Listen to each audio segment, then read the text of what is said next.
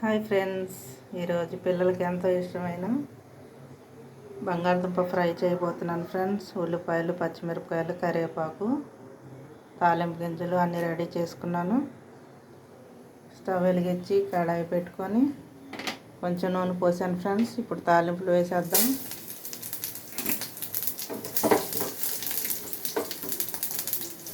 తాలింపులు చిటపటమన్నప్పుడు ఉల్లిపాయలు, పచ్చిమిరపకాయలు, కరివేపాకు మొత్తం వేసేద్దాం ఫ్రెండ్స్.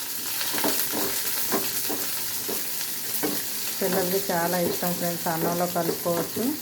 ఇలా వేయించి అన్నం వేసేసుకున్నామంటే స్పూన్తో తినేయచ్చు. పిల్లలకు బాక్సులకు కూడా బాగుంటుంది ఫ్రెండ్స్. ఉల్లిపాయ ఎక్కువ వేగాల్సిన పని లేదు ఫ్రెండ్స్, ఎందుకంటే బంగాళదుంప కూడా వేగాలి కాబట్టి. ఇప్పుడు బంగాళదుంప ముక్కలు కూడా వేసేసుకుందాం. కొంచెం సాల్ట్ జల్లి సిమ్లో పెట్టి మూత పెట్టుకుంటే చక్కగా మగ్గిపోతాయి ఫ్రెండ్స్. కొంచెం ఒక టీ స్పూన్లో సగం ఫ్రెండ్స్, ఎక్కువ వేయకూడదు.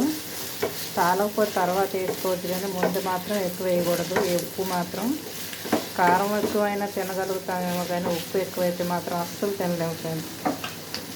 మూత పెట్టి మగ్గించుకుంటే మెత్తపడతాయి. కరకరలాడుతూ ఉండాలంటే మూత పెట్ట అవసరం లేదు ఫ్రెండ్స్. ఇలాగే వేయించుకుంటే కరకరలాడుతాం. దానికి సపరేట్గా ఉంటుంది. కొద్దిగా మెత్తగా మగ్గాలి. అన్నంలో కలుపుకోవాలనుకుంటే మాత్రం మూత పెట్టుకోవాలి ఫ్రెండ్స్. మూత పెట్టేసాను. సిమ్లో పెట్టి కాసేపు ఉంచి అప్పుడు కలుపుతా ఫ్రెండ్స్.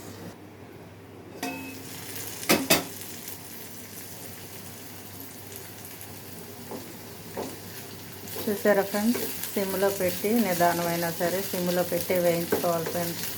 ఎందుకంటే మనం త్వరగా అయిపోయిద్దని హైలో పెట్టామంటే మాడిపోయిద్ది. దాని స్మెల్ కూడా మారిపోద్ది ఫ్రెండ్స్.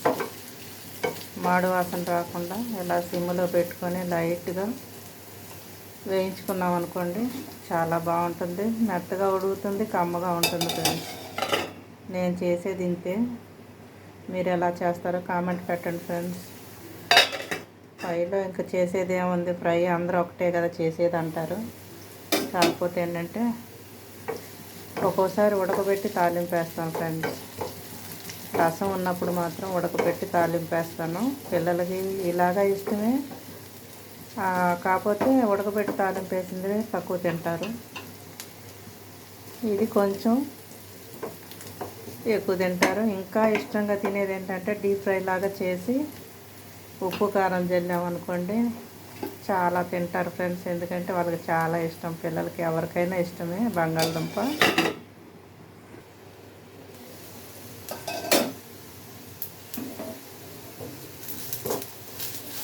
చూసారా ఫ్రెండ్స్, చక్కగా ఏగిపోయింది. మనకి దుంప ఉడికిందని ఎలా తెలిసిద్దంటే, మనం ఆనియన్స్ వేసినప్పుడు వేయకుండానే దుంపలు కూడా వేసేసాం కదా. ఆనియన్స్ ఎర్రగా అయిపోయినంటే దుంప మెత్తగా ఉడికిపోయిందని మనం అర్థం చేసుకోవాలి ఫ్రెండ్స్. చూసారా, మెత్తగా ఉడికిపోయింది ఫ్రెండ్స్. ఇంక ఇప్పుడు ఉప్పు, కారం, పసుపు, కొబ్బరి పొడి వేసుకుంటే కొబ్బరి పొడి ఏది వేసుకుంటే అది వేసుకోవచ్చు. నేను ముందుగా ఉప్పు వేసాను కాబట్టి ఉప్పు వేయట్లేదు. తక్కువ వేసుకోవాలి ఫ్రెండ్స్, ఫ్రై కదా. పచ్చిమిర్చి వేసాను నేను, అందుకని కారం ఒక స్పూన్ వేస్తున్నాను. ఒక స్పూన్ కొబ్బరి పొడి, ఒక చిటికెడు పసుపు ఫ్రెండ్స్. అంతే, సింపుల్గా అయిపోయింది. టేస్ట్గా ఉంటుంది, చాలా బాగా ఉంటుంది ఫ్రెండ్స్. వేడివేడి అన్నంలో కలుపుకొని తింటే చాలా రుచిగా ఉంటుంది. కారం, పసుపు అన్నీ వేసుకున్న తర్వాత మాత్రం ఇంకా స్టవ్ ఆపేసుకోవాలి ఫ్రెండ్స్, ఎందుకంటే మాడిపోద్ది.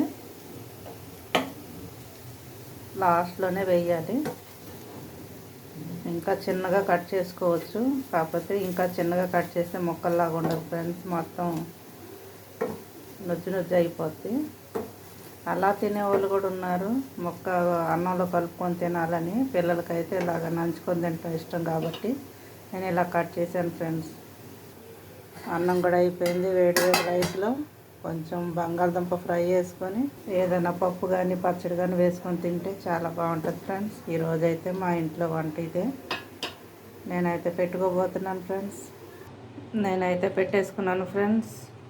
బంగాళదుంప ఫ్రై, టమాటా పచ్చడి, కరివేపాకు కారం వేసుకున్నాను ఫ్రెండ్స్. ముందుగా కరివేపాకు కారంతో తింటే మంచిది ఫ్రెండ్స్.